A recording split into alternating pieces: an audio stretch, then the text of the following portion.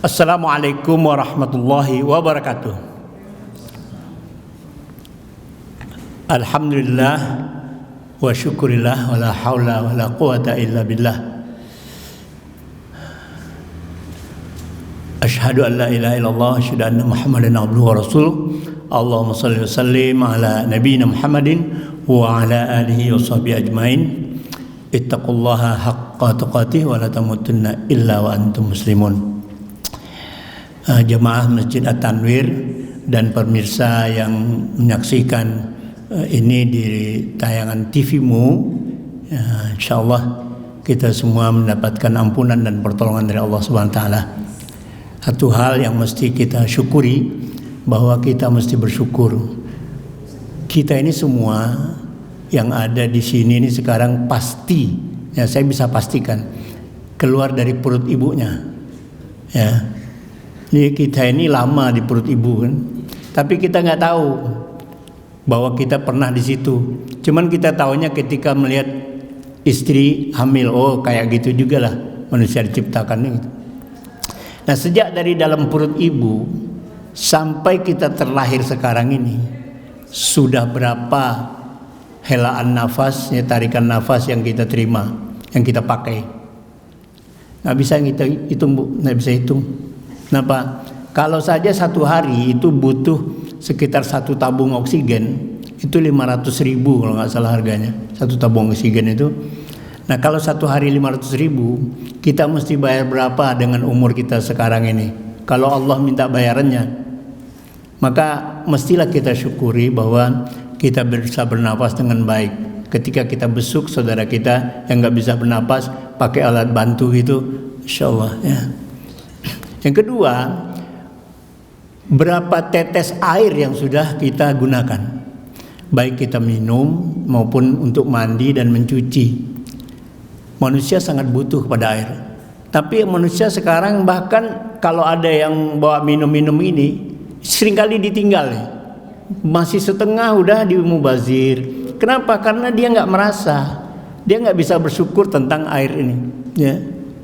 Nah, semoga kita semua bisa menyadari diri kita, sudah banyak kita memakai air, sudah banyak kita bernafas, namun Allah tidak minta apa-apa dari kita. Permintaan Allah hanya supaya kita ini menjadi orang-orang yang beriman pertama, kemudian bisa menjadi orang yang bertakwa, insyaallah. Jemaah yang insyaallah mendapatkan ampunan dan pertolongan dari Allah Subhanahu wa taala. Tema kita pada kali ini adalah haji dan hijrah, ya. Momentum perubahan hidup yang lebih tertata dan bermakna, ya. Haji itu ada 15 ayat di Al-Quran yang menyebut tentang haji, ya. Tapi kalau sudah, jangan ngiri ibu-ibu ya, kok hajah nggak disebut, ya? Haji saja itu kalau disebut haji itu mencakup, berarti kan. Kalau disebut Muhammadiyah berarti Aisyahnya ngikut juga gitu ya. Jadi jangan merasa tertinggal gitu ya. Itu pasti ikut juga lah. Nah, haji tadi adalah kewajiban yang bagi yang mampu. Mampu secara finansial, mampu secara ekonomi ya, mampu juga secara kesehatan fisik ya. Karena haji ini termasuk ibadah fisik, masuk ibadah fisik. Kalau sa'i itu kan berlari-lari kecil, jadi nggak jalan itu lari-lari kecil. Nah karena fisik udah nggak kuat akhirnya jalan. Ada juga yang terpaksa naik kereta dorong, didorong dia untuk itu. Sebenarnya bagi dia itu udah bukan sa'i lagi, dia duduk keliling. Tapi kalau kondisinya terjadi pada saat di sana bisanya kayak gitu, semoga Allah menerima apa yang diusahakan oleh hambanya, amin. Nah, berhaji ini perlu ya, perlu persiapan yang matang. Waktu saya mau berangkat haji tahun 1994 ya, tahun 94 dulu, saya tanya ke guru saya panggilnya Andung ya. Itu beliau dikenal dengan Umi Fatimah binti Karim Amrullah. Saya tanya, oh Andung, saya mau berangkat haji nih. Saya minta nasihat. Apa nasihatnya? Ada 3 kata beliau. Oh, ada 3. Yang pertama apa? Yang pertama beliau katakan sabar. Oh, sabar. Ya. Yang kedua, kamu udah ngerti belum? Astagfirullah. Saya ditanya, dia bilang yang pertama sabar. Terus saya tanya yang kedua apa? Dia bilang, kamu sudah mengerti belum? Astagfirullah, ya. Terkejut saya dengan pertanyaan. Jadi kita tanya, dibalik tanya lagi. Sampailah saya merenung-renung memikirkan itu, bahwa sampai pada ayat fasbir ala ma yaquluna wahjurhum hajran jamila, surat Al-Muzammil, ya. Fasbir ala ma yaquluna wahjurhum hajran jamila. Bersabarlah kamu terhadap apapun yang orang katakan tentang kamu. Ini kita ini menghidup banyak orang bilang macam-macam, ya. Oh, itu hajinya Haji Abidin tasbih dinas, ya. Atau haji apa, kosasih, ongkos asal dikasih. Banyak candaan-candaan tentang orang pergi haji ini. Nah, sampai saya tadi fasbir ala ma yaquluna wahjurhum hajran jamila. Bersabarlah kamu terhadap apapun yang dikatakan orang kepadamu hajran jamila. Dan sabar itu lebih cantik, lebih keren, ya. Lebih mantap lah gitu, lebih keren bagimu. Hajran jamila, lebih cantik, ya, lebih bagus. Jadi orang yang bersabar terhadap apa saja yang dikatakan oleh orang lain itu adalah sabaran yang jamila, yang cantik, yang gagah, ya. Saya sampaikan ayat tersebut, beliau tersenyum, ya. Senyum dia. Itu dia sambil bikin renda itu, Bu, ya. Kalau andung-andung nenek-nenek itu, kalau orang Sumatera Barat banyak punya kerajinan tangan tuh, bikin-bikin taplak, alas gelas, alas meja. Beliau sambil itu tuh. Terus saya tanya lagi, yang kedua apa? Yang kedua sabar. Astagfirullah. Kok sabar lagi? Saya nggak mau tanya lagi. Tapi nanti dibalikin lagi, kamu udah ngerti kan, takut gitu lagi saya. Saya diam aja lama, ya. Sampailah di ayat yang berbunyi wa li rabbika fasbir, ya. Wa li rabbika fasbir, ya. Itu artinya dan kepada Tuhanmu pun kamu mesti bersabar. Jadi kepada Allah, kepada Tuhan pun kita harus bersabar. Kenapa kok kita berdoa banyak belum dikabul-kabul juga? Mungkin apa yang kita inginkan tapi yang Allah kasih lain lagi. Tidak sesuai dengan angan-angan kita. Nah, jadi kepada Allah pun kita mesti bersabar. Ini saya kok Ustaz, saya kok ibadah saya udah bagus, ya. Sholat sunnah juga bagus, sering puasa, banyak berinfak, tapi kok saya masih begini? Jangan tanya masih begitu. Makanya wa li rabbika fasbir, dan kepada keputusan Allah bagaimanapun putusan Allah itu hendaklah kita bersabar. Masya Allah. Saya baca ayat itu, andung ini senyum-senyum pula dia, angguk-angguk dia. Tidak ada dia gembira, senyum-senyum, nampak senyum senangnya itu. Kemudian sampai di yang ketiga apa andung? Saya panggil yang ketiga apa? Yang ketiga sabar. Ya Allah, dari tadi aja ke tiga. Dari tadi aja kan. Tapi tidak saya protes gitu. Kalau saya protes gitu, ngeri saya kan. Buya Hamka aja ngajar baca Al-Quran itu beliau yang ngajar. Dan kakaknya.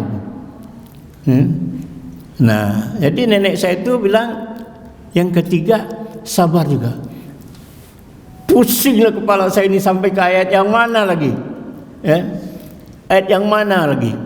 Sampailah di surah Al-Furqan, 2 ayat terakhir, ya, sebelum ayat terakhir surah Al-Furqan itu, ulaika yujzaunal ghurfata bima sabar.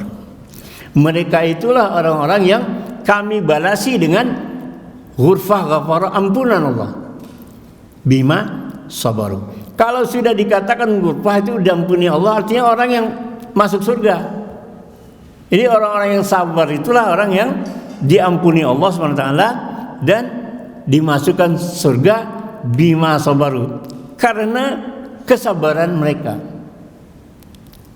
Rupanya jemaah sekalian, Bapak dan Ibu, ya, rupanya setelah saya pergi haji betul mesti sabar. Ada ini yang terlambat lah, yang ini ada saja kurangnya, ya. Ada saja kurangnya. Nah, kalau tidak sabar-sabar, kita lagi tawaf aja kaki kita keinjek, nggak boleh marah. Orang rame-rame, ya. 4 juta orang di situ sekali ibadah haji, lagi tawaf keinjek kaki. Ada teman saya mungkin agak kurang tingginya sedikit, di lagi tawaf itu dia nggak nginjek lantai marmer karena keapit sama orang-orang besar-besar itu, sampai nggak nginjek lantai. Iya, dia kan dijepit sama orang berdesak-desakan, jadi dia di tengah angkat gitu ya, sampai seperti itu. Ya. Maka haji itu di sana apa?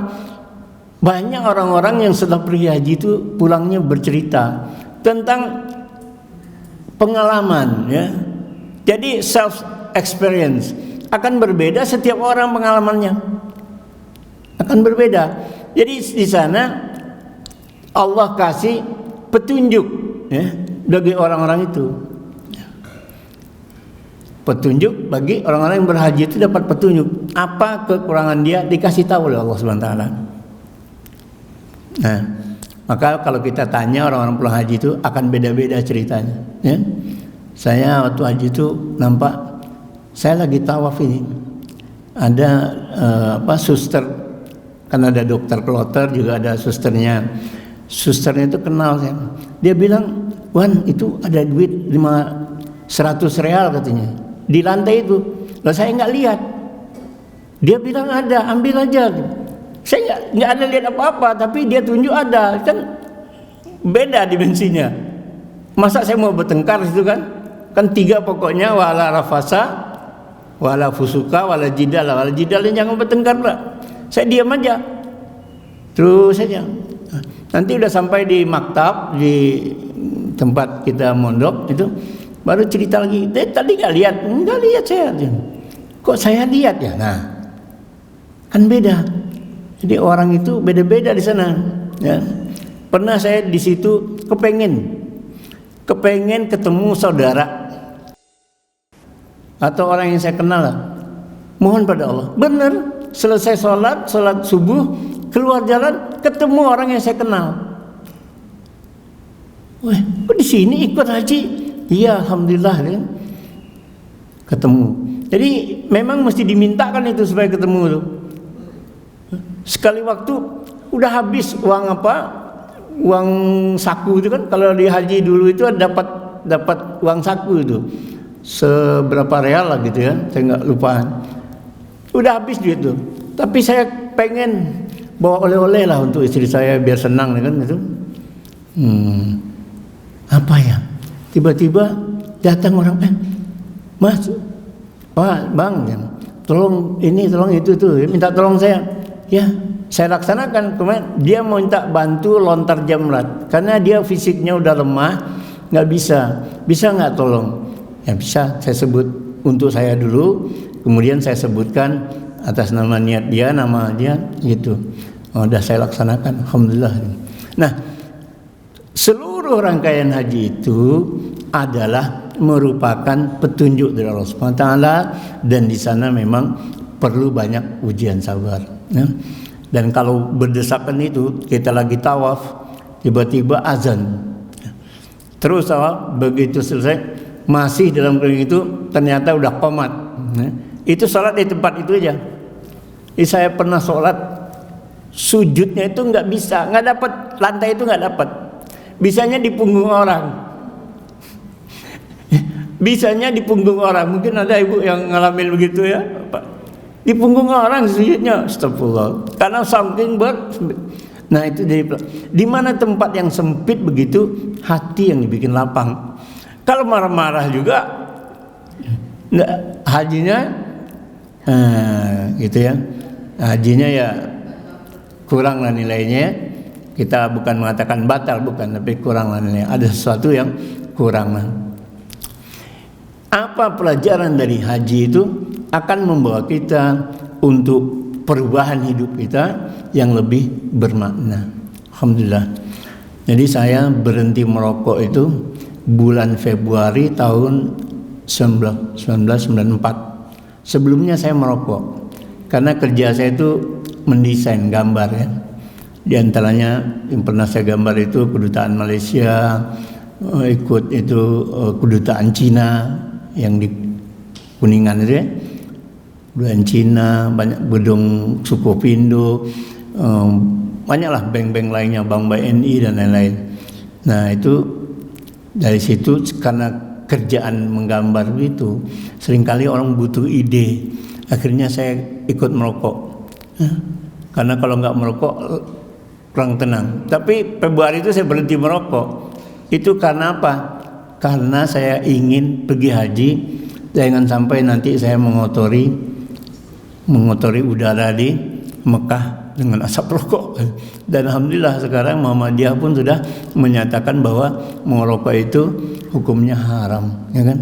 Kecuali ayam. Ya? Kalau di kampung kami yang merokok itu ayam, Bu, yang kok gitu ke ayam. Ya. Dia merokok kok gitu kan. Ya. Nah, selanjutnya kita lihat bahwa aku nggak nyala. Ya. Haji sebagai titik tolak dari satu hijrah batiniah untuk membentuk karakter yang baru. Ya. Jadi sebelum haji dengan setelah berhaji itu mesti beda perilaku, ya. Beda perilakunya, beda ya, orangnya sudah ditempa dengan kesabaran yang maksimal di sana. Jadi sehingga orang ini sudah lebih sabar, lebih punya rasa syukur, ya. Banyaklah, dan juga memperbaiki gaya hidup. Kalau dulu pengen jamnya jam yang mahal, jamnya 1 jam tangan aja bisa 1 M, ya. M-nya miliar apa ember nggak tahu ya. 1 M bukannya, mungkin 1 ember emas nggak tahu juga. Nah, terus kemudian gaya hidup, bajunya, pakainya semua mau yang merek-merek terkenal, gitu. Jadi hidupnya stylish lah, bergaya apa, bourgeois, ya. Bergaya orang yang ya, nampak lah orang yang. Nah, padahal itu semua dengan yang dipakai, yang dibeli di Tanah Abang maupun di Tamrin City ya sama aja. Kalau pakaian segala macam itu, yang penting kan dia intinya menutup aurat, menjaga dari alam ya, supaya panas atau dingin dan lain-lain. Nah, orang itu memperbaiki gaya hidup. Yang ketiga, dia membangun relasi sosial yang lebih bermakna. Teman-teman yang dulu mungkin yang jauh, ya, udah lama nggak ketemu, begitu dapat dia akan hubungi. Nah, terjadilah berbagai macam reuni, ya, teman-teman lama. Saya dulu ada reuni kloter haji, saya ada, tapi 3 tahun, setelah 3 tahun udah hilang. Karena kenapa? Sudah banyak di antara mereka yang sudah berangkat ke alam barzah, ya. Udah pindah alam dia. Jadi mau direunikan ya tinggal berapa orang. Nah, waktu saya pergi haji itu kan umur saya sekitar 33-34 lah itu. Masih muda ya. Jadi sa'inya enak. Waktu di Mekah itu orang butuh minum, saya bisa ambil 2 ember, 2 cerek gede itu saya bisa tenteng. Pas pulang saya coba lagi nggak kuat. Tapi di sana kok kuat aja gitu, aneh juga. Nah, kemudian orang itu membangun relasi sosial yang bermakna. Ketika dia haji, tetangganya merasa senang, ya, merasa gembira. Oh, ada Pak Haji dekat kami. Ya.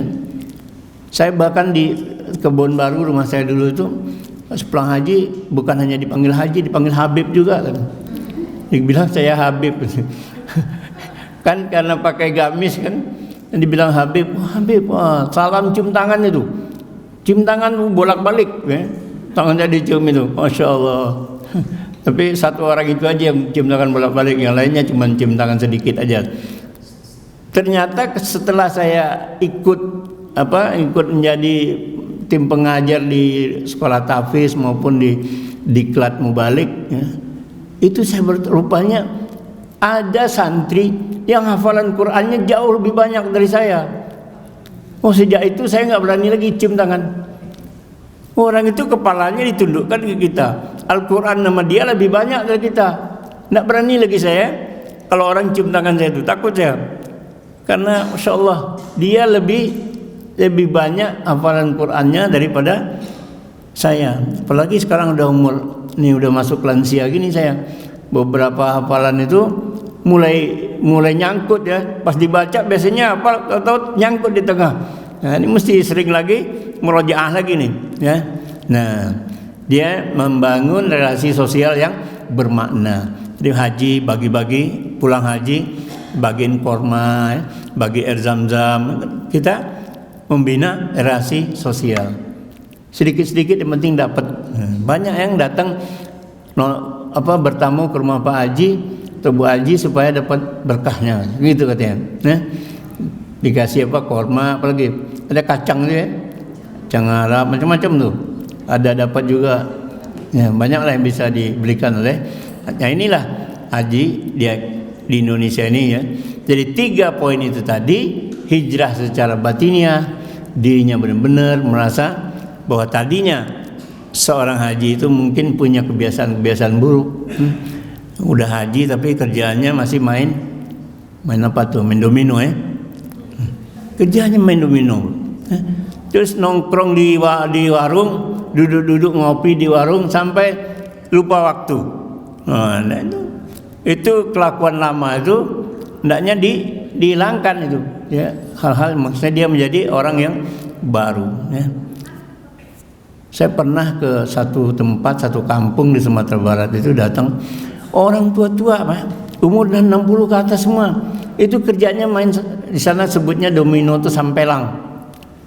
Main itu aja. Udah azan pun dekat situ, masjid dekat. Tahu-taunya di antara itu ada yang Pak Haji. Astagfirullah nih.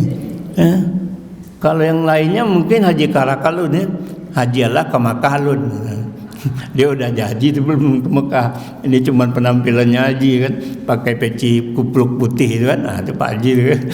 Jadi kampung dah haji itu.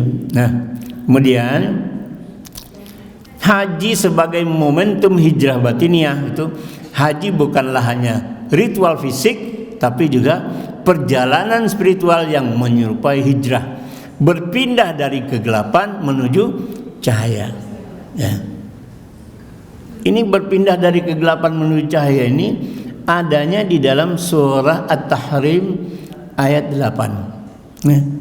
Ya ayyuhallazina amanu tubu ilallahi taubatan nasuha asa rabbukum ayyukaffira ankum sayyi'atikum wa yadkhulakum jannatin tajri min tahtiha yauma la yukhzillahu an-nabiyya wallazina amanu ma'ah nuruhum yas'a baina aydihim wa biaimanihim. Nuruhum yas'a, Allah berkehendak kamu bersinar dari hadapanmu, wa biaimanihim, dan dari sebelah kananmu. Maka itulah disebut bahwa orang yang sudah haji itu dia banyak beribadah sehingga dia bercahaya, ya. Nuruhum yas'a baina aydihim wa biaimanihim. Jadi kita bercahaya dari hadapannya dan juga dari sebelah kanannya. Maka orang berhaji itu mestilah dia sudah mengilmui tentang sholat, tentang bersedekah, ya, tentang zakat, tentang hubungan manusia sama manusia, hubungan kepada Allah. Udah mesti dia lebih baik. Jadi hijrah secara fisik maupun hijrah secara spiritual, ya, berpindah dari kegelapan menuju cahaya. Maka sebaiknya sebelum berangkat haji bertaubat dulu, ya. Bagi yang belum haji, mau berangkat haji atau mau berangkat umroh, sekarang kalau mungkin agak sulit untuk haji karena antriannya lama, misalnya umroh, taubatlah dulu kepada Allah supaya ia bisa berpindah dari kegelapan menjadi kepada cahaya. Oh Pak, ini Pak Ustadz, saya ini pas di rumah pas mati lampu, saya lihat saya nggak bercahaya Pak. Yang bercahaya malah handphone. Bukan itu maksudnya ya. Bercahaya itu nanti ya, secara auranya beda. Orang yang taat beribadah, orang yang mendekat kepada Allah itu, kita dekat sama dia aja seneng. Saya kadang suka naik angkot, Pak. Orang di sebelah kanan ini duduk kok enak banget. Tapi yang sebelah kiri kok nggak nyaman. Ini apa ya? Merasakan begitu saja tuh. Itu kita bisa rasakan orang yang mendekatkan diri kepada Allah. Dia senyum aja, kita gembira tuh. Nah, nanti bisa dirasa-rasakan tuh, dekat dengan orang ini gimana, nanti terasa itu ya. Itu mesti dilatih tuh kepekaan terhadap itu. Nanti kita tahu perkembangan anak kita gimana ya, bisa latihan itu. Kemudian kepulangan dari haji adalah titik tolak untuk berhijrah dari kebiasaan lama menuju kehidupan baru yang lebih taat, tertata dan bernilai. Kalau dulu masih suka main gaple, masih suka main macam-macam, main biliar apa ya, main-main yang semuanya istilah main-main. Sekarang ini main handphone mulu kerjaan. Ini kerjanya main game aja terus, buang-buang waktu terus. Berubah setelah haji, berubah. Ini momentumnya kebiasaan-kebiasaan lama yang kira-kira banyak menyia-nyiakan itu waktu. Kalau Anda menyia-nyiakan waktu, maka waktu pun akan menyia-nyiakan Anda. Kita yang sia-siakan waktu, mubazir umur, waktu itu sendiri yang akan menyia-nyiakan kita. Nauzubillah. Maka wal asri, demi masa, innal insana lafil khusri. Orang-orang yang dalam masa berhubungan dengan waktu, mereka merasa ada kerugian pada dirinya, sehingga nanti jiwanya menjadi nafsul lawamah, orang yang jiwanya menyesal, bukan nafsu mutmainnah. Berubah kalau sudah haji, nafsunya menjadi nafsu mutmainnah, jiwanya menjadi jiwa yang tenang. Jiwa yang tenang, jiwa yang tunduk kepada Allah Subhanahu wa taala. Kemudian di dalam Al-Qur'an disebutkan innal ladzina amanu wal ladzina hajaru wajahadu fi sabilillah ulaika yarjuna rahmatullah wallahu ghafurur rahim. Sesungguhnya orang-orang yang beriman, ini pokok pangkalnya orang beriman, orang-orang yang beriman dan orang-orang yang berhijrah dan berjihad di jalan Allah, mereka itu mengharapkan rahmat Allah, dan Allah Maha Pengampun lagi Maha Penyayang. Hijrahnya ini bukan hanya hijrah fisik, tetapi juga hijrah hati. Hijrah perilaku, hijrah perbuatan-perbuatan buruk yang tadinya semua dihisap diri ini, dihitung-hitung apa yang dilakukan, apa yang telah dilakukan, apakah berguna waktu yang Allah kasih kepada kita. Sekian banyak nafas yang kita hela, kita tarik, berapa yang bisa menggunakan itu untuk bisa mendapatkan rahmat dari Allah Subhanahu wa taala, bisa mendapatkan ampunan dari Allah Subhanahu wa taala. Surah Al-Baqarah ayat 218. Nah, yang kedua, haji itu merupakan perubahan karakter dari kebiasaan lama menuju akhlak yang mulia. Ini bukan mulia yang dimasuk ini karim, bukan mulia Pak Mulia. Ada teman saya Pak Mulia di Bandung. Dia udah mulia duluan, namanya saya mulia kan. Alhamdulillah orangnya juga baik. Nah, berakhlak mulia, haji yang mabrur. Mabrur itu kata bara, haji yang mencapai kebaikannya. Haji yang mabrur adalah haji yang menghasilkan transformasi karakter dari marah menjadi sabar, dari sombong menjadi rendah hati, dari tama'ah, dari serakah menjadi yang dermawan. Kemudian jamaah haji idealnya menjadi teladan dalam akhlak setelah kembali ke tengah masyarakat. Sebenarnya memang titel haji di Indonesia ini adalah bukan dari orang Indonesia sendiri. Itu kerjaannya Belanda untuk menandai orang-orang yang punya duit, yang mampu membiayai pergerakan dari jajahannya, pergerakan dari orang-orang pribumi Indonesia. Jadi dikasih kalau udah pergi haji itu dipanggil haji. Kalau tempat-tempat lain kayak di Turki, di mana, di Eropa, di China, nggak ada orang disebut haji, itu nggak ada. Indonesia terutama yang begitu gitu. Karena kerjaan penjajah Belanda dulu. Ya dikasih gelar haji supaya gampang nih. Kalau ada apa-apa, ini Pak Haji ini nih sumbernya nih. Kan banyak orang yang udah haji itu lebih suka berjihad, berjuang. Ya. Nah, itu. Tapi saya pakai nama saya pakai H. Karena apa? Kebetulan adik nenek saya itu Buya Hamka. Kalau Hamka itu nggak pakai H, Amka nggak enak loh. Ya kan? Makanya mesti Hamka, Haji Abdul Malik Karim Amrullah. Nah, pakai H itu depannya. Kalau nggak pakai H, ganjil, nggak enak dengar kan? Amka ya. Itu. Makanya saya pakai depannya pakai Haji juga, biar seneng aja, ya, bergembira. Ini juga pakai sorban nikah karena tuntunan dari nenek saya nih. Nah, kalau ceramah, kalau apa, pakailah sorban. Nah, dia suruh begitu. Ini udah pulang haji, ya. Nah, kalau kemana-mana bawa sorban, biar ingat kalau diri itu udah haji gitu. Oh, gak lupa gitu. Ya. Biar ingat, ini kalau udah pakai sorban ini, ingat, oh iya udah haji nih, alhamdulillah. Ya. Kemudian al-hajjul mabrur laisa lahu jazaa ilal jannah. Haji mabrur tidak ada balasan kecuali surga. Ya. Kemudian sesungguhnya aku diutus untuk menyempurnakan akhlak yang mulia, hadis riwayat Ahmad. Nah, jadi orang yang sudah haji itu yang benar-benar mabrur hajinya, ya, berubah perilakunya dari yang banyak yang sia-sia menjadi yang baik. Ya.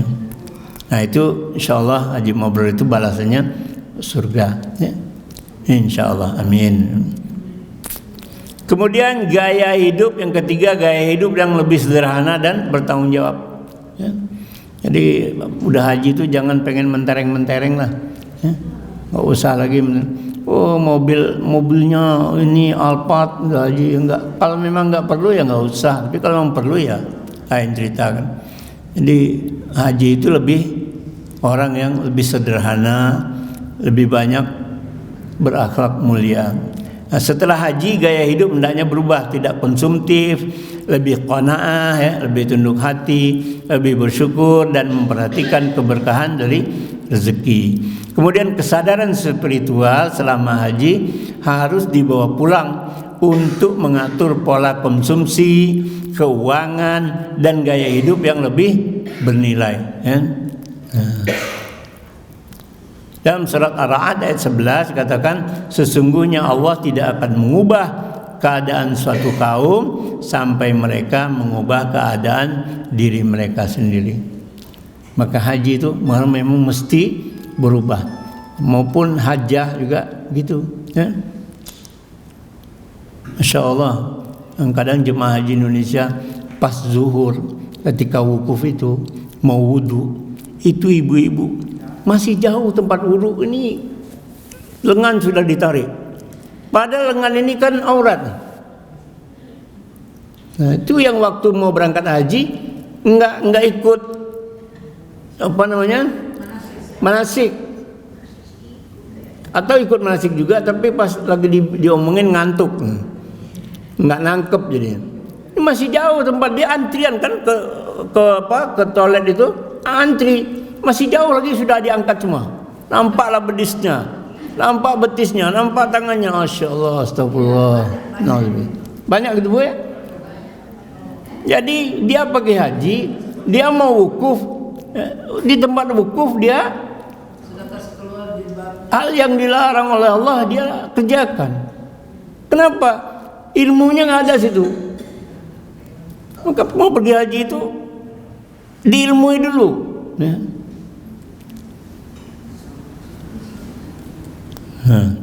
Kemudian yang keempat, membangun relasi sosial yang lebih bermakna dan empatik. Haji mengajarkan persaudaraan yang universal, ya.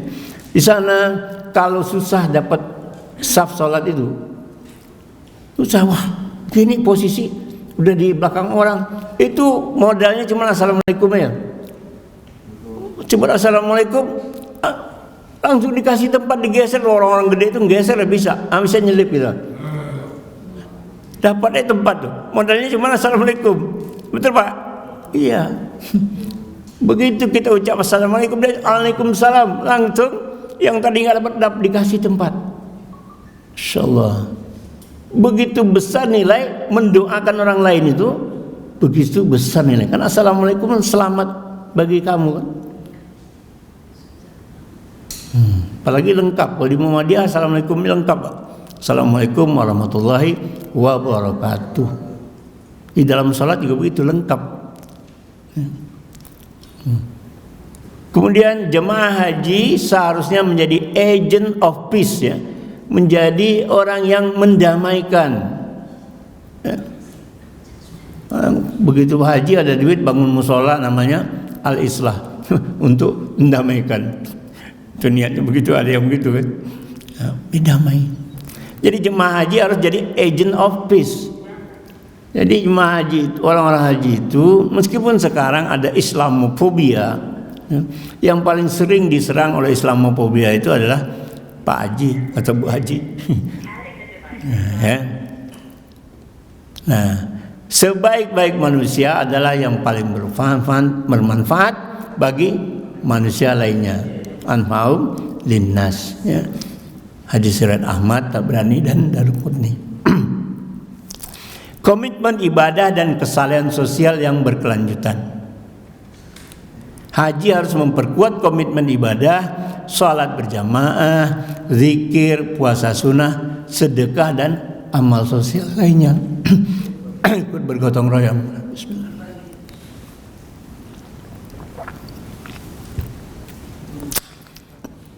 Misi utama menjaga kemabruran itu dengan amal nyata, bukan hanya status haji secara nama, tapi amal nyatanya mesti jelas. Ya, mesti tulis. Orang mau kalau saya sarankan, orang mau beramal itu tulis dulu. Nih hari ini saya mau beramal, ngisi kota amal 10.000. Diniatkan itu hari ini. Tulis lagi apa lagi? Mau nanti sholat berjamaahnya di masjid situ. Nanti jadi punya rencana. Haji itu mesti punya rencana setelah haji. Coba bayangkan, untuk bikin pos kamling RW itu ada rencana anggaran biayanya. Betul Pak? Betul nggak Pak? Bikin pos RW itu ada rencana anggaran. Ini mau bikin rumah di surga nggak punya rencana. Kan pengen rumah di surga, apa rencananya? Nggak ada. Pokoknya dia gitu aja, tiap nggak punya rencana. Sebaiknya punya rencana. Hari ini mau sedekah berapa? Hari ini mau sholat duha apa enggak? Hari ini mau sholat tahajud apa enggak? Kan ada rencana. Hari ini mesti sholat qobliyah zuhur. Kan kita sendiri, untuk kita sendiri itu. Kalau kita tulis, kita jadi terarah. Tapi kalau nggak ditulis, semuanya kadang-kadang berubah jadi tidak. Maka 5 ayat pertama turun itu, ya, Allah katakan Iqra bismi rabbikal ladzi khalaq, khalaqal insana min 'alaq, Iqra wa rabbukal akram allazi 'allama bil qalam. Dialah Allah yang mengajarkan manusia dengan tulisan. Tapi Nabi Muhammad nggak bisa nulis, ya Pak. Nabi Muhammad sebenarnya seorang yang ummi, nggak bisa nulis, nggak bisa baca. Jadi yang menuliskan Al-Quran itu bukan Nabi Muhammad, kalau dia nggak bisa baca, nggak bisa tulis. Jadi nggak ada ide-ide pikirnya, enggak. Yang menuliskan itu adalah para sahabat. Nah, kita yang dikasih kemampuan oleh Allah untuk menulis, bisa membuat rencana, kenapa nggak dibikin? Kalau kita pengen surganya Allah, surga itu ada banyak tingkatannya, 7 tingkatannya, 8 pintunya. Kita mesti rencanakan. Kira-kira mau masuk surga dari pintu yang mana? Kalau yang rajin puasa Daud, sehari puasa sehari enggak gitu. Ada yang puasa menurut Rasulullah Senin dan Kamis. Ada yang model enggak puasa terus. Ada juga. Tapi dia enggak puasa terus, dia menitik beratkan pintu sedekah. Dia setiap hari sedekah. Puasa enggak kuat sih. Karena masakan istrinya enak banget nih.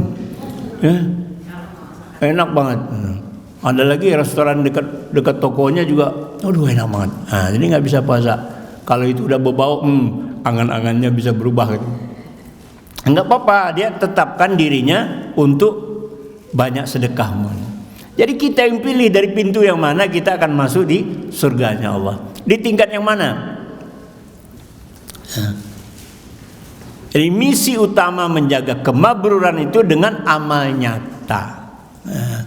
Tadi bikin pos kamling di RW, ada anggaran biaya, ada rencana, ada pengawas lagi. Kita mau punya rumah di surga, mau punya gedung di surga ceritanya. Tapi di surga itu ya, ini rahasia nih Pak ya. Tapi saya omongin lah. Di surga itu asal udah di balik pintunya aja, masuk surga itu balik pintunya aja, itu udah enak dong. Pasti udah enak. Di balik pintu aja jadilah. Mau tidur di emper-emper juga apa-apa, pasti lebih enak. Apalagi jangan di neraka aja. Pasti lebih enak itu. Tapi kalau yang punya rencana mau punya rumah, mau punya gedung di surga, itu lebih lain lagi. Allah kasih karena kita sudah punya rencana. Udah, saya sama istri saya itu waktu nikah, saya bilang sama dia, insya Allah 10 tahun kita punya rumah sendiri, nggak ngontrak. Alhamdulillah dikabul Allah 10 tahun punya rumah. Cuman kami tinggal di Jakarta, beli rumahnya di Palembang. Tapi punya rumah di Jakarta tetap ngontrak. Nah, itulah punya rumah. Akhirnya rumah yang di Palembang itu dijual beli Jakarta. Di Jakarta berapa cuma setahun udah beli rumah, nggak sempat ditempati malah rumah itu, dikontrak orang, dijual lagi, akhirnya pindah ke Depok. Tapi kan apa? Kesepakatan, keinginan itu dikabul oleh Allah. Maka sering-seringlah kita membayangkan, saya mohon pada Allah dapat rumah di surga. Caranya gimana? Amal kita terencana, punya rencana amal. Bikin pos kamling tadi punya rencana, ini juga punya rencana. Insya Allah Allah akan beri yang punya rencana. Tapi kalau nggak punya rencana ya udah, kalaupun masuk surga ada emperan lah, apa ya. Nauzubillah. Semoga kita semua dapat gedung gede di surga ya. Amin. Karena surga itu seluas langit dan bumi. Ya. Bumi ini aja ada tempat yang belum pernah kita injak, Pak. Benar, Pak? Jangankan di bumi, di dalam rumah kita sendiri ada ubin yang nggak pernah kita injak mungkin. Dia ada ubin, mesti kita injak, tapi nggak pernah kita injak tuh ubin. Kenapa? Lemari nggak bisa digeser. Iya. Benar-benar itu, masya Allah. Maka haji itu perlu amal nyata, bukan hanya status haji secara nama, ya, insya Allah. Kemudian dalam surat Al-Hijr ayat 99, wa'bud rabbaka, dan beribadalah kepada Tuhanmu, ya, sampai datang kepadamu yang diyakini. Atau yakini ini maksudnya ajal atau kematian, ya. Teruslah beribadah. Nah, ini si bapak karena ingin anaknya senantiasa beribadah, dikasihlah nama Abdullah, hamba Allah. Itu yang ngasih nama Abdullah itu kepengen anaknya ini menjadi hamba Allah, senantiasa beribadah. Karena misi manusia hadir di dunia ini adalah untuk menyembah pada Allah. Kasihlah nama Abdullah 1, Abdullah 2. Rupanya karena anaknya cowok kembar 3, semua dikasih nama Abdullah. Abdullah 1, 2, 3. Pusing juga. Ya kemarin itu saya ada ceramah di rumah orang. Ibu tuh bilang, Pak, anak saya laki-laki kembar 3. Astagfirullah. Pening juga bikin nama itu. Kalau 3 itu neteknya repot juga, Pak. Insya Allah. Tapi dia bilang, Pak Ustadz, saya mau berangkat haji, tolong doakan. Wah, punya rencana mau haji dia. Itu punya rencana untuk punya rumah di surga, insya Allah. Penutup, haji bukan hanya garis akhir ya, melainkan garis awal dari hijrah yang baru. Kemabruran bukan dinilai dari perjalanan ke Makkah, tapi dari perubahan setelah pulang ke rumah. Niat haji di sana napak tilas perjuangan Rasulullah. Banyak tempat-tempat perhentian. Kita sebut, oh ini tempatnya namanya apa? Kita cari aja di Google. Kejadian apa nih zaman Rasulullah? Insya Allah sekarang udah mudah. Kita pergi ziarah, pergi ke masjid Abu Bakar, masjidnya Umar bin Khattab, masjidnya Utsman, ya kan? Pergi ke, jangan cuman pergi ke pasar apa namanya? Udah nggak ada. Udah nggak ada. Dulu ada. Sekarang udah nggak ada pasar itu. Yang setiap kita datang tuh dipanggil, orang Indonesia dipanggil Abdurrahman. Nah, dipanggil Abdurrahman. Kalau perempuan dipanggil Siti Rahmah. Siti Rahmah, dipanggil pedagang-pedagang tuh apa dia? Tahu aja orang Indonesia ini suka belanja nih. Banyak ya belanjanya. Maka haji bukan garis akhir, melainkan garis awal. Nah setelah berhaji dia beli oleh-oleh untuk bawa pulang. Ada yang beli jam tangan, karena murah sekali jam tangan itu, cuma 2 real atau 1 real itu dapat jam tangannya. Cuma sampai di Indonesia 6 bulan udah mati baterainya.